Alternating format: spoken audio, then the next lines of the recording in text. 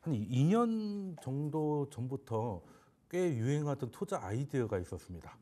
22년부터는 이제 연준이 금리를 물가 때문에 강하게 올려야 되니까 이렇게 금리를 빨리 올린다면 경기 침체를 피할 수 없을 것이다. 그러면 경기 침체라고 하면 당연히 국채 금리가 하방을 할 거니까 이제 장기 국채에 투자를 하면 큰 수익을 낼 수 있지 않을까 하는 얘기가 2년 전에 있었는데요. 지금 놓고 보면 결과적으로 좀 실패한 아이디어긴 했죠. 금리가 다시 4.6까지 와버렸으니까. 근데 그러면 2년 전에는 실패했다고는 하지만 이제는 좀 해볼 만한 시기인지 약간 고민이 되고는 있습니다. 4.6까지 오다 보니까. 그래서 개인 투자자분들도 한 21년까지는 한 5조 정도 투자를 하시더니 이제는 뭐 40조 원을 넘어섰다고 그럽니다. 개인들의 채권 투자가. 그러면 이번에는 미호도 다시 한번 채권 투자 해도 되겠습니까? 오늘 처음 나오신 파트장님께 한번 질문 드려보겠습니다. 네. 제가 뭐 채권 시장 종사자이기 때문에 지난 2년간 계속 꾸준하게 채권 투자 관련해서 제안을 드려왔는데요. 미국채만 보면 투자 실패인 것 같이 느껴지실 수 있죠.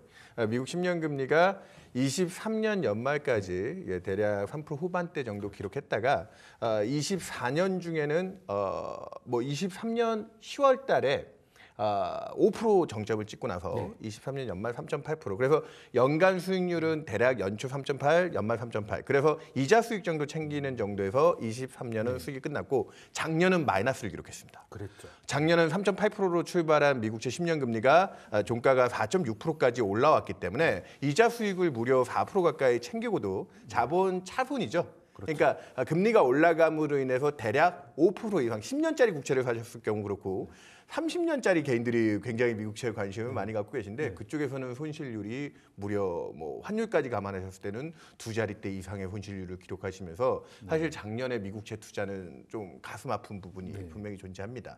9월 FOMC까지만 해도 사실 미국채 10년 금리가 3.6까지 하락하면서 피컷했을 때 그때까지만 해도 미국채 투자 호기다라고 했는데 그 뒤에 트럼프 당선되면서 여러 가지로 악재가 꼈기 때문에 그런데 사실 근데 제가 미국 얘기를 구구절절 드리면서 우리나라 얘기를 드리는 건 23년 연간 우리나라 채권 투자 순이익이 얼마 정도 하셨을 것 같습니까? 제가 채권은 제대로 못 챙겨가지고 어느 그렇죠. 정도입니까? 주식보다는 다들 채권은 좀 낯설게 느껴지실 텐데요. 23년 연말 우리나라 국채 10년 금리가 22년 말쯤에 우리 레고랜드 사태 같은 거 겪었던 거 기억나시나요? 네, 기억납니다. 그때 우리나라 국고 10년짜리가 22년 4분기에 최고 정점을 찍었을 때 4% 중반까지도 치솟았는데요. 그해 연말에 4% 초반대 했다가 23년 연말은 3.3%까지 떨어지면서 23년에만 연으로 이자 수익은 4% 가까이 챙기고 자본 차익도 4% 이상 챙기면서 우리나라 국채 10년짜리 투자하신 분은 무려 9%의 수익률. 그래서 23년에 투자가 나쁘지 않았고요. 작년에도 미국 금리는 결국 마이너스를 기록했지만 작년에 우리나라 금리는 연초 3.3%로 출발했던 금리가 연말에 대략 그것도 심지어는 좀 우리나라 정치 혼란까지 들어오고 미국 금리가 급등하는 과정에서 올라서 2.8% 막판에 올라서 그래서 연초보다는 50bp 가까이 또 낮은 0.5%포인트가 낮은 수준. 그리고 이자 수익 4%에 또 결국은 3%포인트 이상의 자본 차익까지 더해지면서 작년에도 우리나라 채권 투자 수익은 7%. 아니, 그러면 주식 투자는 이제 국장 투자자들이 굉장히 눈물을 많이 흘렸지 않습니까? 근데 채권 같은 경우는 국장이 이제 훨씬 유리한 상황이었네요. 미국보다 훨씬 2년 누적 수익률로만 따지면 무려 2자릿대가 넘는 수익을 기록했고요. 9%, 7%, 한 15% 그래서 정도 8%, 7% 이상에서 벌써 국채 10년짜리 기준으로 더 긴 만기 채권을 투자하셨으면 만기가 길어지는 것만큼의 가격 변동 효과가 커지기 때문에 10년이 지표물이기 때문에 제 기준으로 얘기 드리면 2년 동안 우리나라 채권 수익률이 좋았습니다. 그래서 제가 지난 2년간은 국내 채권을 투자하시는 분들한테는 사실 나쁘지 않은 기회였고 지금은 이제 미국 채권 쪽에 관심이 많으시겠지만 아직까지도 경기 여건이나 이런 불안감들을 놓고 봤을 때 국내 채권 지금 10년짜리 금리가 이제 2%대 이미 진입했거든요. 기준금리보다 낮아요. 그렇죠. 기준금리 3%보다 낮음에도 불구하고 아직도 저는 채권 투자의 기회가 남아있다라고 얘기를 드리고 있습니다. 그 말은 경기는 좀 나쁠 거라고 생각을 하시는 지금 될까요? 솔직히 미국 금리는 지난 9월 FOMC까지만 해도 3.6%까지 갔던 게 지금 다시 4.6% 무려 한 분기 동안 100bp나 올랐는데 그렇죠. 그러니까 미국은 경기도 좋고 주식시장도 사상 최고가잖아요.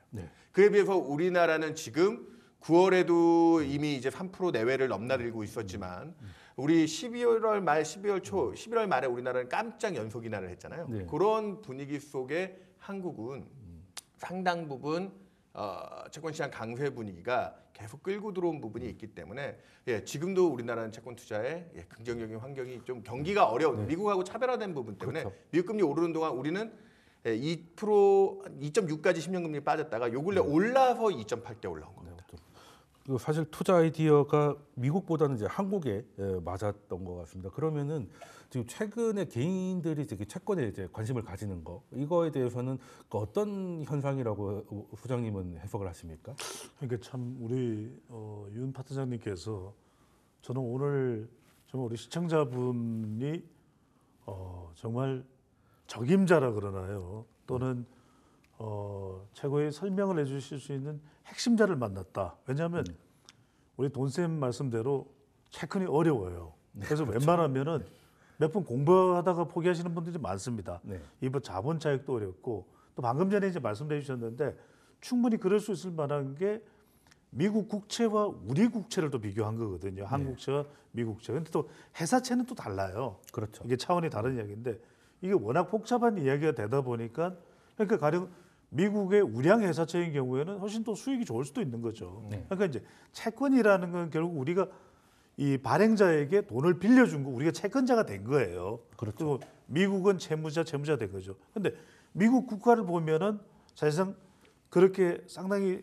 생산적인 그 결과를 만들어내기 사실 힘들다고 봐야 되잖아요. 여러 가지 상도 그렇고. 반면에 우리가 가지고 있는 경쟁력이나 이런 걸 보면 그것이 채권자 돈을 빌려준 사람들이 보기 한국 정도면 괜찮을 것 같은데 라는 생각을 할 수, 기본적으로 깔고 들어가더라도 그런 점에서는 제가 드리고 싶은 말씀은 뭐냐면 결과적으로는 채권을 투자하시는 분들이 내용을 좀 정확히 알고 있어야 될 것 같아요. 그래서 이거는 진짜 전문가 중에 전문가.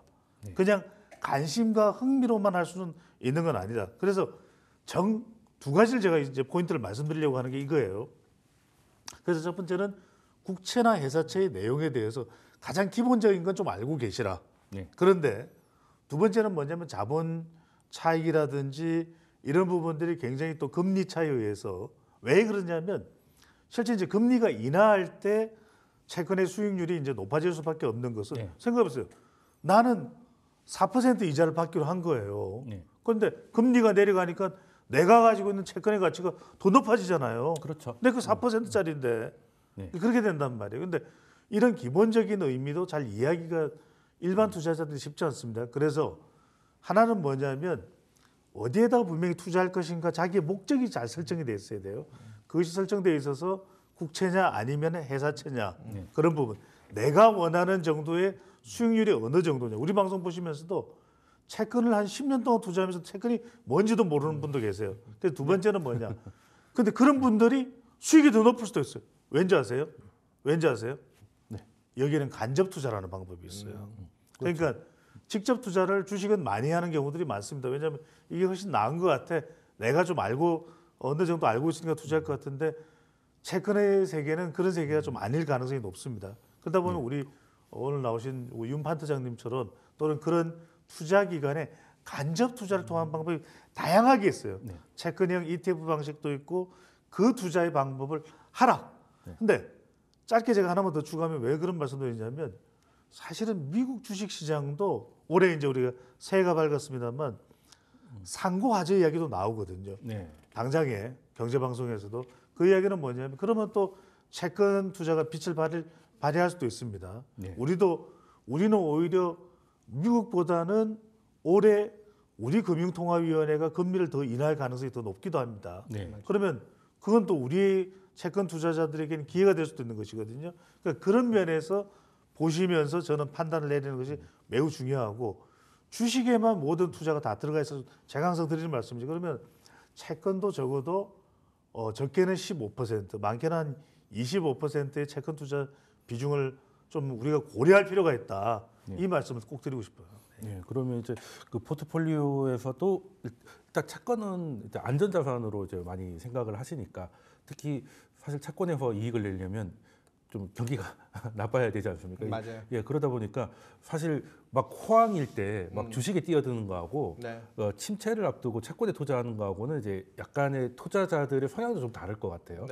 다르기도 하고 사실 ETF가 나오기 전에는 개인들이 뭐 채권에 투자한다는 게 쉽지 않은 것도 사실이었지 않습니까? 국채 맞습니다. 같은 경우도 맞습니다. 뭐 작게 사도 뭐 억 단위니까요. 이게 접근성도 좀 떨어졌고. 그리고 장외 시장에서 거래. 네, 그렇게 되다 보니까 근데 최근에는 그런 건 좀 많이 좋아졌습니다. 네. 많이 좋아졌고, 근데 너무 좋아지다 보니까 미국에 대해서 이제 금리가 내려갈 것 같다라고 해서 채권에 투자하는 것까지는 좋았는데, 뭐 소위 말하는 3배짜리 레버리지, 예, 이런 것들을 많이 쓰고, 그것도 모자라서 일본 엔화를 통해서 TMF를 사는 뭐 이런 형태의 이게 채권 투자는 사실은 좀 안전한 게 매력인 것 같은데. 네. 그 주식을 능가하는 듯한 레버리지 활용도 이제 요즘 한동안 유행이 됐었거든요. 예, 그런 투자 방식에 대해서 파트장님께서는 어떻게 좀 보십니까? 그런 투자자는 적극적 투자자죠. 네. 아까 그 네. 배 부장님도 얘기하셨지만 분명하게 내가 채권을 투자할 때는 채권은 일반적인 상식은 네. 픽스드 인컴, 확정적 금융 상품, 안전 자산. 네. 그러니까 정해진 만기 동안 만약에 10년짜리 채권을 사서 지금 미국 정부한테 돈을 빌려주시면 네. 매년 4.5%의 이자 수익을 챙기고 네. 10년 동안 그렇게 끝낼 수도 있습니다. 네. 브라질 같은 나라에 돈을 빌려주시면 무려 11%의 이자 수익을 받고 우리나라 정부에 10년 동안 빌려주시면 매년 2.8%. 그렇게 해서 만기 끝까지 들고 가시는 분은 장기형 예금에 가입한 거랑 똑같은 네. 부분이에요. 물론 중간에 이제 채권을 발행한 발행자가 부도가 난다든지 디폴트가 발생하게 되면 상환을 받지 못할 위험이 존재하지만 뭐 국채 같은 경우에는 어지간해서는 그런 리스크가 네. 없고요. 그래서 예금과 굳이 구분하자면 장기형 예금이라는 그 특성을 갖고 있기 때문에 지금도 2.8% 우리나라 국채 10년짜리 가입하시는 분들은 최근에 개인 투자자들이 지난 2년간 채권 보유 잔고를 뭐 40조까지 급증을 했지만 작년 하반기부터는 잔고를 안 늘리고 있어요.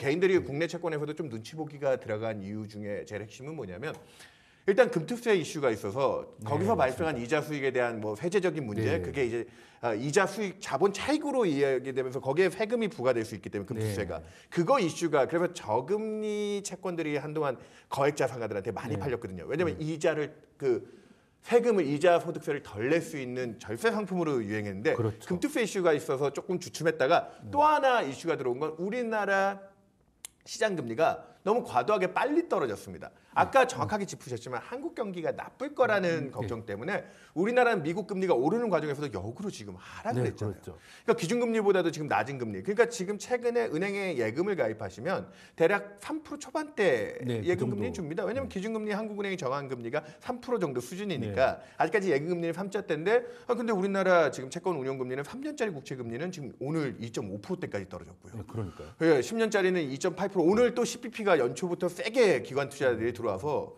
그리고 또 다시 2.7%대로 지금 작년 연말에 미국 금리 때문에 좀 올랐던 게 오늘 또 강세장으로 벌써 들어가요. 그러니까 국내 시장은 벌써 이렇게 세거든요. 그래서 제가 드리고 싶은 얘기는 앞으로 예금 금리는 길어봐야 2년짜리, 뭐 보통 예금 1년짜리 가입, 1, 보통 2년짜리 1년이죠. 네. 1, 2년 가입하는데 1, 2년 뒤에 우리나라 기준금리가 2.5, 2.25, 2%까지 떨어진다고 하면 네. 지금 10년짜리 사서 2.8%의 장기적으로 예금 가입하는 효과를 그거라도 난 만족하겠다는 네. 투자자들은 수요가 거기에 있죠. 들어가셔야 되는 거고요. 아까 처음에 질문하신 게 제가 얘기가 길어졌는데 너무 공격적인 레버리지와 금리 변화에 따른 가격 차이. 제가 오늘 그것까지 디테일 설명을 안 드리겠지만 그거 투자하시는 분들은 이미 메커니즘 알고 계십니다. 네. 그런 분들은 너무 과도한 그러니까 주식하고 똑같은 투자예요. 네. 그래서 아까 TLT가라든지 미국의 ETF들 레버리지 된 상품들 그렇죠. 만기 긴 거 투자하시면 잘못하시면 하루에도 뭐 몇 프로씩 손실 수익 그리고 월간으로도 두 자릿대 손익이 왔다 갔다 합니다. 네, 그렇더라고요. 그런 분들은 그런 걸 어떻게 생각하느냐? 그런 분들은 분명히 미국 증시가 지난 2년간 미국 증시 20%대 수익 내면서 사실은 작년 9월 이후 미국 경기가 조금 꺾이지 않을까 그 기대로 금리가 떨어졌고 그러면 주시장도 좀 쉬어야 되는데 증시가 다시 올라가면서 미국 경기 좋아지는 거에 대한 얘기가 나오면서 채권은 지금 한 분기 동안 손실이 크게 들어왔거든요. 네, 그랬죠. 근데 저는 개인적으로 드리고 싶은 얘기가 그런 분들은 트레이딩 관점에서 위험자산 투자랑 채권을 동일시하고 계시기 때문에 네. 채권의 원래 본격 안전자산의 성격을 보고 계시지 않기 때문에 네. 그런 분들은 전문 투자자로서 지금 그러면은 지금 미국 10년 금리가 4.5에서 5% 사이 정도에서 움직이고 있는데 작년 23년부터 미국 10년이 그 구간을 넘어들었을 때 위험 자산들이 어떤 스트레스 작년 연말에 미국 증시가 이제 사상 최고가 경신하다 상승세가 조금씩 주춤하죠. 네, 조금 주춤합니다. 네. 그런 데에 대한 리스크가 얼마나 커질 수 있느냐를 생각하고 지금 미국 10년 4.5일 때 트레이딩 관점에서 레버리지 상품들 들어간다. 저는 미국채는 그런 관점에서 접근해야 된다. 금리가 높으니까 이자 수익 잘 받아야지. 근데 네. 환율 생각 안 하십니까? 그러니까 그것까지 고민을 해야 되죠. 제가 얘기가 너무 장황해지고 길어져서 그렇긴 한데 환율까지 생각하면 지금 1,470원 정도 환율에서 네. 한 100원 정도만 떨어져도 그렇죠. 벌써 한 8, 9% 이상의 환차 손이 발생합니다. 네, 그러니까요. 그러니까 지금 우리가 불과 한 분기 전에 1,300원 후반대 환율이었잖아요. 그러니까 그 손실까지 반영하고 있는데 지금 만약에 우리나라 정치적인 혼란 같은 게 완화가 되고 환이 좀 안정화돼 버린다. 그럼 미국에서 4% 중반이 넘는 이자 수익을 챙기겠다 하지만 환율에서 벌써 손실을 그러니까요. 크게 입을 수 있거든요. 미국채 트레이딩을 지금 생각하시는 분들은 위험 자산에 투자하시는 게 맞고요. 그런 분들이 레버리지 투자하고 하시는 분들은 국내는 아까 얘기했던 장기 예금적인 상품 그리고 국내 경기가 어려운 부분에 대해서 자본 차익에 대한 기대를 조금 더 관점을 갖고 안전자산의 성격을 조금 더 비중을 두고 투자하는데 미국 채권 투자는 내가 그 4.5% 이자 수익을 잘 챙기겠다. 환적인 부분까지 생각하면 위험 자산이다. 그렇게 생각하고 그런 레버리지 상품들에 투자할 수밖에 없는 현실이 있다. 왜냐하면 그냥 이자 수익만 생각하면 환율 쪽에서 받는 환차손에 대한 부담들이 리스크이기 때문에 얘기를 좀 길게 드렸습니다. 네. 사실 그 미국 국채 보면 지금 금리 보면 한번 해볼 만하다는 생각이 드는 건 사실입니다만은 그 환율 보니까 여기서 벌어서 여기서 잃을 것 같다는 생각도 좀 사실 좀 들거든요. 그러면 환율이 말씀하신 대로 뭐 예측의 영역이지만 1,300 후반대만 내려와도 거기서는 거의 7, 8% 수익이 나야 겨우 본전되는 거 아니겠습니까? 맞습니다. 예, 그러면은 잘 됐을 때보다 안 됐을 때의 위험이 더 크니까 이거 비대칭적인 투자가 아닌가 저는 좀 생각이 드는데 그러면 이제 소장님께 한번 또 질문을 드려보면은 일단 우리가 국채 투자라고 하면 제일 관심을 가지시는 이게 이제 우리나라도 이제 금리를 결정하고 미국도 금리를 결정할 건데 올해는 아무래도 예상보다는 좀 느리게 갈 것 같다 인하 속도가 그런 전망이 지금 지배적입니다. 그러면 이 예상대로 갈 거라고 보십니까? 아니면 한국이 더 빨리 내릴 거라고 보십니까? 아니면 어떻게? 오히려 미국하고는 다른 상황도 있을 것 같아요. 미국은 올해 이제 가장 크게 연준의 금리 인하에 영향을 줄 수 있는 변수가 바로 이제 트럼프 변수겠죠. 그래서 점도표상으로도 지금 골드만삭스에서는 3번 이야기가 나왔던 것이 한 번으로 줄어들었어요. 금리 인상에 대해서. 근데 이것조차도 할지 모르겠다. 그래서 1월 21일 날 도대체 무슨 일이 벌어질지를 종잡을 수가 없어요. 이게 또 사실이고. 근데 방금 전에 우리 여 파트장님 말씀에서 매우 중요한 게 또는 그 이전에 제가 또 연구 분석하셨던 것을 좀 확인을 해봤는데 사실 우리가 채권의 성격은 은퇴 자금이에요. 그렇지 않습니까? 그죠? 노후 보장을 위한. 변동성이 작고. 그러니까 말 그대로 안전자산이거든요. 그렇죠. 그런데 이걸 어느 정도 또 잘 레버리지를 활용해서 고수익을 좀 올렸으면 좋겠다. 왜?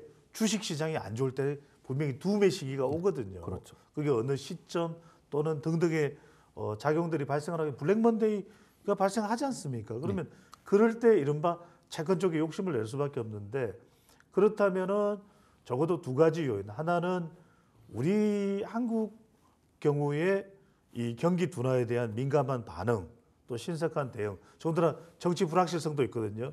그러니까 지금 한국은행도 금융통화위원회도 금리를 인하하겠다라는 지금 메시지가 암시적으로도 전달이 되고 있습니다. 그 요인이 하나 있고 오늘 발표가 됐는데 굉장히 우리가 볼 때는 이제 국가적으로도 지금 뭐 사실 예산도 잘 세금도 잘 세수 확보가 신통치 않은 상황에서 결국은 투자를 많이 그러니까 이 채권을 발행한다라는 것은 빚을 지고서라도 우리 국내 국외든 이 채권을 사가겠다는 사람들한테 투자를 받아내는 거잖아요. 자금을 그러니까 조달해서 말 그대로 활성화 방안이 발표됐습니다. 그렇지 않습니까? 그죠? 이런 것들이 상당히 유인 전략이 돼요. 우리 국채가 됐든 간에. 그래서 이런 부분은 오히려 아까도 초반부에 말씀을 드렸습니다만 미국 쪽은 제 판단은 그렇습니다. 이거는 이제 각각의 판단이 다를 수는 있습니다만 오히려 수익이라는 측면에서는 미국 쪽은 좀 회사채를 겨냥해 본다면 오히려 국가별 이 채권을 비교해 본다면 미국과 한국은 우리 국채 쪽이 오히려 더 이런 유인책, 그 다음에 인센티브 전략 이런 부분들을 감안한다 그러면 지금 굉장히 이제는 아까 이제 환차손을 말씀하셨는데 이런 차원에서도 가령 JP모건이 우리의 이제 국채 투자를 할 때도 이제는 계좌 하나면 되지 않습니까? 그죠? 이런 부분들은 굉장히 용이해지고 또 쉬워진 편입니다. 그러니까 이런 것들이 오히려 자극하는 효과가 있기 때문에 그런 면에서는 분명히 국채는 오히려 한국 시장, 오히려 또 회사채로 본다면 미국 시장이 더 좋을 수 있는 거 아니냐라는 또 분석을 해봅니다. 네. 그러면 지금 사실 미국은 주식이 그간 좋았고 2년 동안 이례적으로 좋았지 않습니까? 그 국장은 이제 참 주식은 안 좋았고 그 사이에 우리가 몰랐던 이제 국채는 좋았는데 그러면 미국만 놓고 본다면 이제 국채로 가는 것도 크게 무리는 아닐 것 같은데 우리 입장에서는 이제 환자손도 생각을 해야 되니까 그 여기서 한국 장기 금리가 더 내려갈 거라고 보고 한국 국채로 가는 게 나을지 아니면 미국이 지금 4.6이니까 트럼프가 막상 하면 생각보다 안 돼서 좀 내려올 수 있겠다. 그 과거 저점이었던 뭐 한 3.6까지는 내려올 수 있겠다는 생각을 가지고 미국 국채 한 번 더 트라이를 하는 게 나을지 이게 사실은 고민이거든요. 파트너님 어떻게 생각하십니까? 예, 앞서 얘기했던 미국의 통화정책 기대부터 얘기하면 불과 12월 FOMC 전까지만 해도 아까 뭐 골드만삭스 얘기해드렸지만 시장 컨센서스 기준으로 놓고 보면 9월 FOMC에서는 올해 이제 100bp 이나였거든요. 예, 그리고 사실 그 앞에 6월 FOMC는 어땠는지 아세요? 작년에 한 번밖에 인하를 못 해준다. 작년 여름까지만 해도 미국 경기가 좋고 끈적거리는 물가 때문에 작년에 한 번밖에 인하 못 할 거고 올해까지 겨우 해봐야 4.5%까지 기준금리를 낮춰줄 수 있느냐 뭐 이런 의심을 하던 상황이었어요. 근데 작년 9월 달에 픽업을 했거든요. 그리고 작년에만 100bp 인하를 해줬습니다. 그러니까 연준도 점도표를 보시면 굉장히 액티브하게 미국 경기 상황에 맞춰서 매 분기마다 의견이 굉장히 급변하는 상황이고요. 작년 8월 달에 혹시 뭐 샤메 법칙 뭐 이런 거 기억나십니까? 네, 맞습니다. 뭐 미국 실업률이 갑자기 좀 올랐을 때 뭐 미국 침체 논란하고 제가 이 얘기를 드리는 건 미국이 또 올해 연초에 트럼프 트레이드에 대한 기대, 트럼프의 정책에 대한 경기 부스팅 얘기를 하고 있지만 미국의 지금 높은 금리에 따른 아까 회사채 얘기를 하고 했지만 올해 들어오면서부터 미국이 팬데믹 5년 지나가면서 전체적인 부채들의 만기 도래가 상당히 많이 진행이 됩니다. 그렇기 때문에 높은 이자에 따르는 미국은 보통 긴축 기간이 3년이 지나고 나면 3년 뒤에 이 롤오버 만기가 돌아온 거에 대한 금리가 그동안 저리에 조달해 놨기 때문에 미국은 고정 부채가 많거든요. 네, 그렇죠. 주택담보대출도 70% 이상의 고정이고 그렇기 때문에 그 금리가 높으면 연준이 5.5까지 기준금리를 올렸음에도 불구하고 지금까지 그 충격이 적었는데 그 지금 미국 전체의 팬데믹 지나고 5년 동안 저금리 환경에 조달했던 거에 대한 이제 그동안 낮은 금리에 대한 이자 부담이 적었던 게 올해부터 본격적으로 유입됩니다. 이제 높은 이자를 줘야 된다는 거죠. 그래서 제가 지금 아까 투자 전략을 얘기하시는데 미국채를 투자하시는 분은 절대 미국의 높은 금리 지금 미국이 우리보다 이자 수익에 대한 기대가 높잖아요. 그렇죠. 그럼에도 불구하고 미국은 국채를 투자할 때는 트레이딩 관점에서 아까 레버리지 ETF 얘기했죠. 그런 관점에서 투자하지 않으면 그러니까 주식하고 똑같은 거예요. 주식 투자하시면서 환율 걱정 안 하고 들어가시잖아요, 사실은. 보통 그렇죠. 예, 주식에서는 그걸 능가할 수 있는 뭐 이제 환율에 대한 환율 손실을 기대할 수 있는 기업들 주식에 대한 자본 차익에 대한 기대를 하고 있기 때문에 금리 쪽에서도 미국 금리가 50bp 이상 하락하게 되면은 30년짜리 뭐 곱하기 2 곱하기 3짜리 하면은 환에서 분명히 어느 정도 데미지를 받는다고 해도 예, 30% 이상 채권에서도 수익을 낼 수 있습니다. 채권 자체에서. 그래서 그런 트레이딩 관점에서 접근해야 되고 아까 얘기하셨던 미국의 회사채 금리는 지금 투자 등급이 5% 후반대. 투자 등급은. 그러니까 그 정도만 해도 사실은 벌써 이자 수익에서 좀 보완이 되죠. WB 이하의 하이힐드라고 하는 고수익 채권에서는 지금 7% 중반 8%에 가까운 이자를 줍니다. 미국의 침체가 나오지 않는다면 그런 채권에 투자했을 때는 환율로 8% 정도 손실이 나지 않는 이상 거기서 벌써 이자로 커버가 되는 상황이거든요. 그렇기 때문에 저는 미국은 트레이딩 관점에서의 국채 투자와 고수익 쪽의 회사채를 컨비네이션해서 투자하는 관점을 가져가야 되고 우리나라는 처음에 답을 드렸습니다. 우리나라는 지금 현재 기준금리가 3%인데 국고 3년 금리가 2.5. 현재 기준금리가 2.5까지 떨어진다. 이번 1월에도 당장 금리 인하에 대한 가능성이 열려 있다라고 오늘 하는 총재가 신년사에서도 굉장히 유연하게 가겠다라고 얘기하셨거든요. 맞습니다. 지난해 10월, 11월 연속 인하도 굉장히 이례적인 우리가 경기 침체기가 아닌데 연속 인하는 이번이 처음이었거든요. 맞습니다. 뭐 닷컴 버블 때나 금융위기 때나 심지어 팬데믹 때 같은 위기 국면이 아니면 연속 인하를 한 적이 없어요. 지금 우리나라 경제 위기 구간이죠. 저희가 보고 있는 올해 우리나라 기준금리는 최소 2.5 아니요 2.25까지도 인하가 될 거다. 네. 그러니까 한국 채권을 투자하시면은 제가 그래서 앞에 얘기 드렸던 국고 10년짜리 사서 지금 2.8% 이자 수익을 챙기셔도 1년 뒤에 우리나라 기준금리가 2.25까지 가면 예금금리 얼마 되겠습니까? 2.5 넘을까요? 아, 넘기 쉽지 않다. 해봐야 2.3 정도겠죠. 그 정도 상황을 생각하고 우리나라에서는 전통적인 안전자산으로 채권으로서의 지금 투자를 하셔도 아직 늦지 않았다. 개인들한테는 그런 부분에 대해서 국내 채권은 그래서 아까 해외와 국내 채권의 투자는 해외는 위험자산입니다. 크레딧을 투자해도 기업들 미국 경기 나빠지기 시작하면 크레딧 스프레드 벌어지면서 그 기업체에 투자한 거에 대한 퍼포먼스가 국채만큼 안 나올 수도 있지만 이자가 높잖아요. 네. 그러니까 미국 경기가 침체에 빠지지 않는다면 그래서 트레이딩 관점에서 장기 채권 레버리지 상품을 지금 미국 경기가 오버슈팅하고 있는 상황이라고 보면 그런 데서 미국 금리가 더 여기서 오르지는 않을 거다. 지금 더 올라가는 금리가 아까 말했던 고금리 갈아타기에 따른 일부 기업 미국 정부만 해도 이자 비용을 내는 거에 대해서 이제 부담스러운 영역이 들어왔습니다. 그렇죠.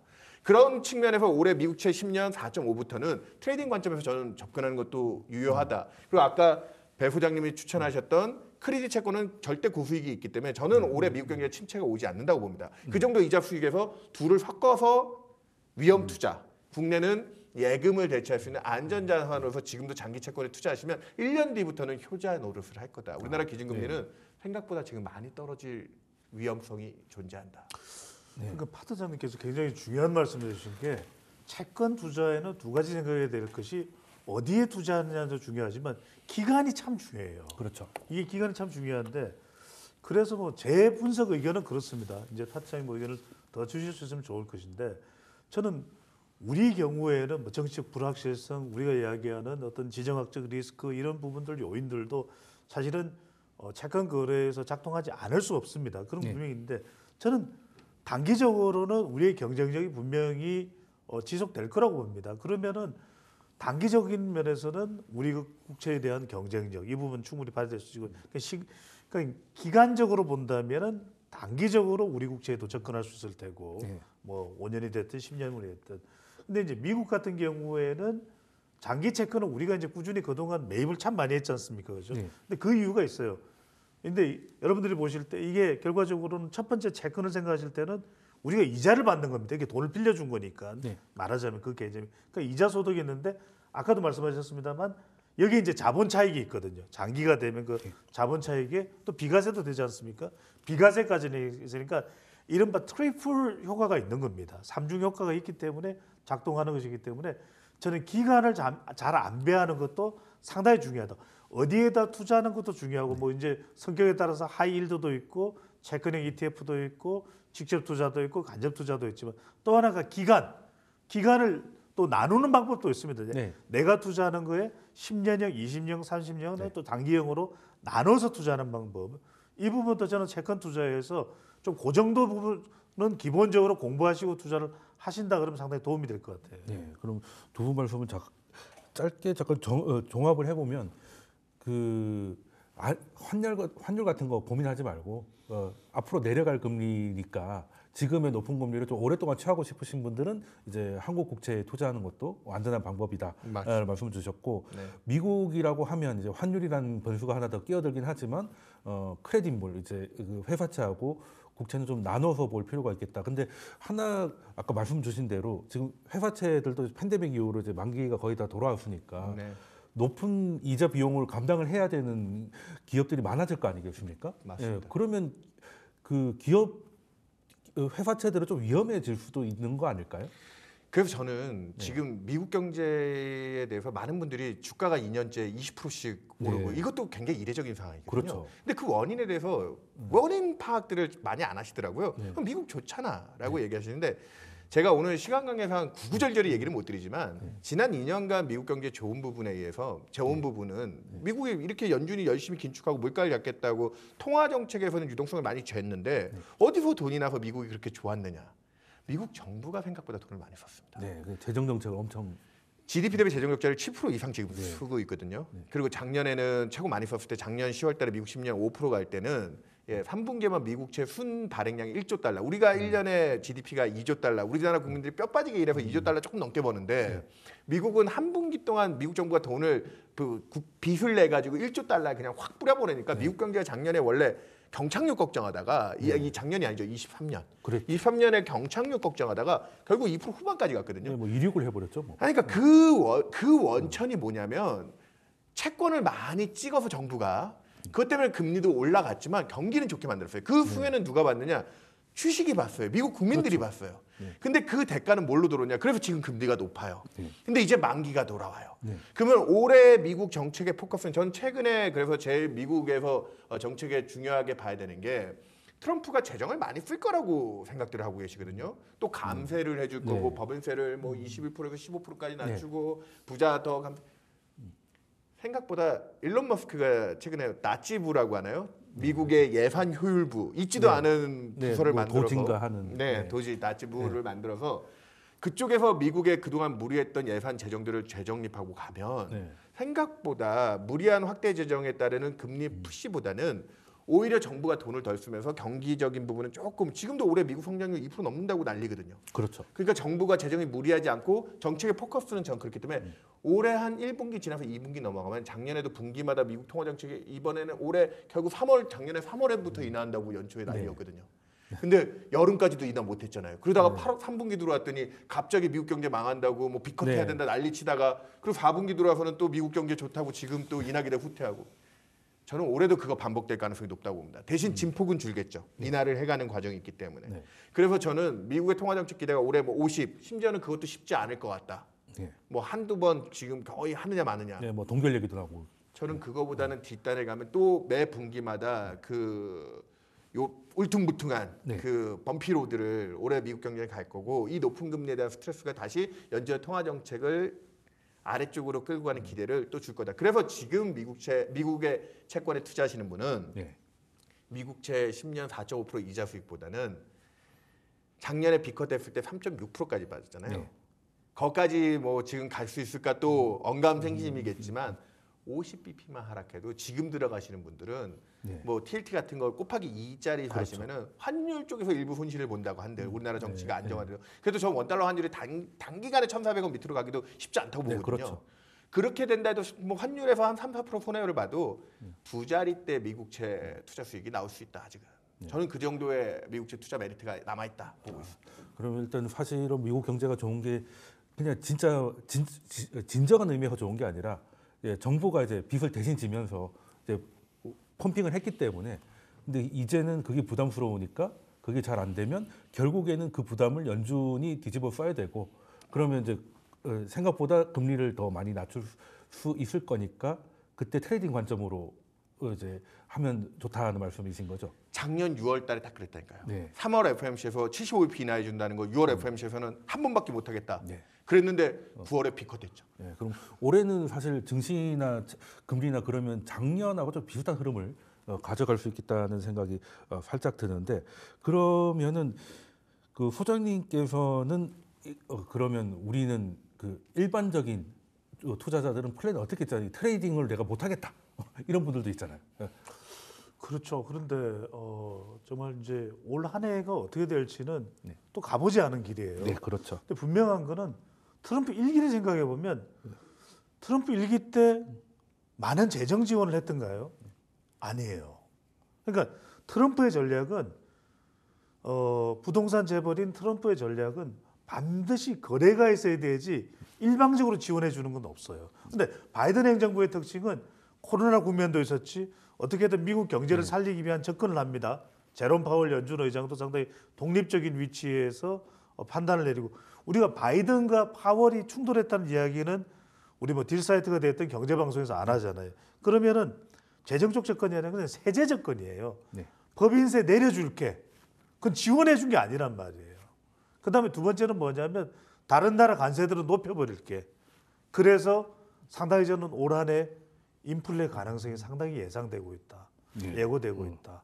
그러면은 개인들의 경우에는 더군다나 이게 복잡게 해요. 이게 판단 내리기가 굉장히 힘들 겁니다. 왜냐하면 1년 내내 올라간다는 사람, 상고 하저된다는 사람, 상반기에 또 우왕좌왕하다가 하반기에 좀 정리가 된다는 그런 전망들. 그래서 저는 이게 지금 전 세계적으로 또 우리도 그렇고 나토도 그렇고 방위비 올려달라 그러고 이게 전 세계적으로 연결고리가 이어지는 겁니다. 그래서 저는 개인들이 이런 판단을 내리기는 매우 어려울 것이고 아까도 말씀하셨듯이 어떤 내용과 또는 기간을 설정하는 부분 채권 투자자들한테는 이게 왜 쉬운 영역이 아니에요. 그래서 어려운 영역입니다. 그냥 네. 한번 오늘 설명 듣고서 이해할 수 없습니다. 그런데 사실은 이런 이야기들을 경제방송에서 잘 안 하죠. 막 쭉 설명하고 알겠거니 하는 것이지만 적어도 기본은 알고 움직여야 되기 때문에 그런 점에서는 올해가 글쎄 저는 차라리 2024년은 채권 투자를 하기에는 오히려 더 명확하게 판단 내리기가 저는 쉬웠을지도 모르겠는데 네. 올해는 오히려 더 복잡할 수도 있을 것 같아요. 왜? 네. 주식시장이냐 이런 쪽이기 때문에 제가 그동안 말씀드리는 부분은 분명히 채권 투자의 효용성은 올해도 있습니다. 네. 그런 만큼 그 포트폴리오의 구성을 적절히 하는 것이 개인으로서는 뭐 트레이딩이 됐든 어떤 관점이 됐든 훨씬 더 효과적인 배분, 안배를 하는 전략이 될 수 있다는 말씀드립니다. 네.